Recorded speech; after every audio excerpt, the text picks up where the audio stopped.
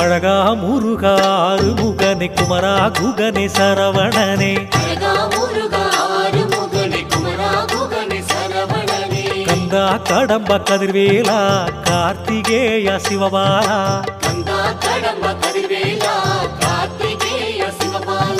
தண்டாயுத பாணி பழனி மலையில் தாகப்பன் சுவாமி சுவாமி மலையில் தேவர் தளபதி திருச்செந்தூரில் தெய்வானையுடன் பரங்குன்றில் கோபம் தணிந்து திருத்தணியில் வள்ளி தெய்வானை சமேதரர் வாழ்வது பழமுதிர் சோலையில்